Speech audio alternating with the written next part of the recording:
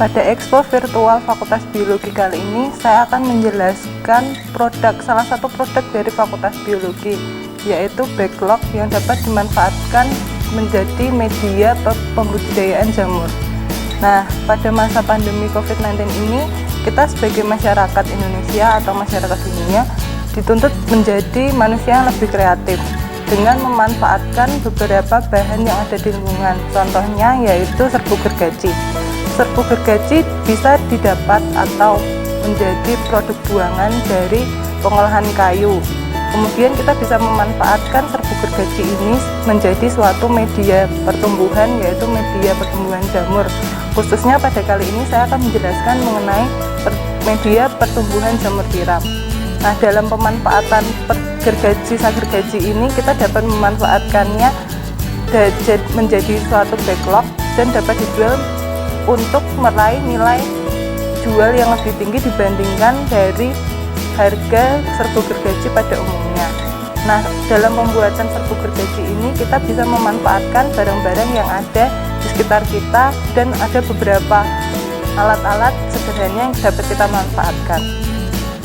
Adapun bahan-bahan yang kita gunakan dalam pembuatan backlog, yang pertama serbuk gergaji, yang kedua kapur bangunan, yang ketiga bekatul, yang keempat air, dan yang kelima tentunya yaitu bibit jamur. Alat-alat penunjang yang digunakan dalam pembuatan backlog ini yang pertama nampan, ayakan atau saringan, kemudian autoklaf, plastik berukuran 18x30, kemudian bunsen, kain perca ataupun kapas, kemudian laminar flow, sendok atau spatula, dan botol yang digunakan untuk press backlog. Pertama-tama hal yang harus dilakukan dalam pembudidayaan jamur tiram yaitu dalam pembuatan backlog. Langkah pertama yaitu mengayak atau memisahkan kotoran dari gergaji dengan ayakan. Kemudian dimasukkan ke dalam baskom.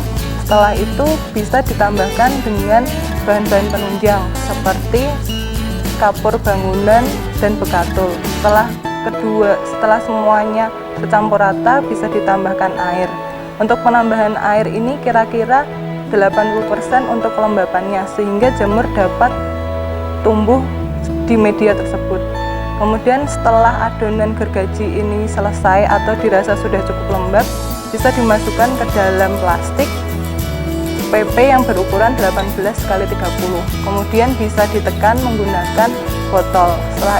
Setelah padat semuanya, dimasukkan cincin plastik ke dalam ujung plastik, dan sisa ujung plastik tersebut dapat dikeluarkan atau dilipat keluar sehingga tidak mengganggu proses sirkulasi dari udara. Tibalah saatnya pada proses sterilisasi, yaitu tahap kedua dalam pembudidayaan jamur tiram. Proses sterilisasi ini dapat menggunakan kukusan ataupun apabila di dalam lab dapat menggunakan autoklaf dengan suhu 120 derajat Celcius dengan jangka waktu yaitu 6-8 jam.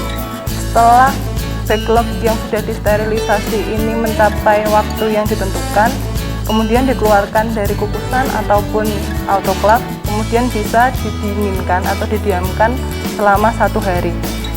Proses selanjutnya yaitu inokulasi bibit jamur ke dalam backlog dengan dilakukan di dalam laminar flow agar keadaan steril, sehingga tidak ada kontaminasi dari jamur ataupun bakteri dari luar. Langkah pertama yaitu kita bisa menyalakan bunsen di dalam laminar flow, kemudian kita lakukan inokulasi bibit jamur tiram tersebut ke dalam backlog di dekat bunsen sehingga tidak ada kontaminasi dari luar. Selanjutnya dari bibit tersebut bisa ditutup dengan kapas kembali agar tidak ada kontaminasi dari luar. Setelah inokulasi bisa dimasukkan ke dalam ruang inkubasi dalam keadaan gelap sehingga miselium dapat tumbuh dalam backlog di seluruh permukaan backlog.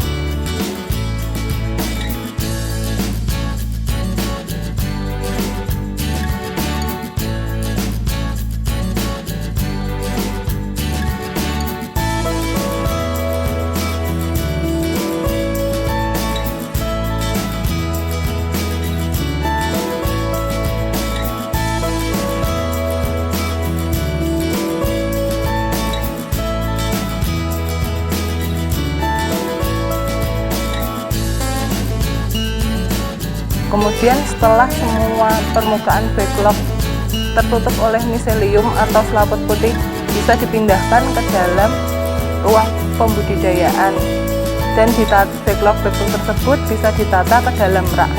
Setelah itu, sebelum kita melakukan penyemprotan air ke backlog, ada baiknya kita bisa memberi lubang pada sisi-sisi backlog sehingga jamur tiram tersebut bisa tumbuh di permukaan yang tidak tertutup plastik.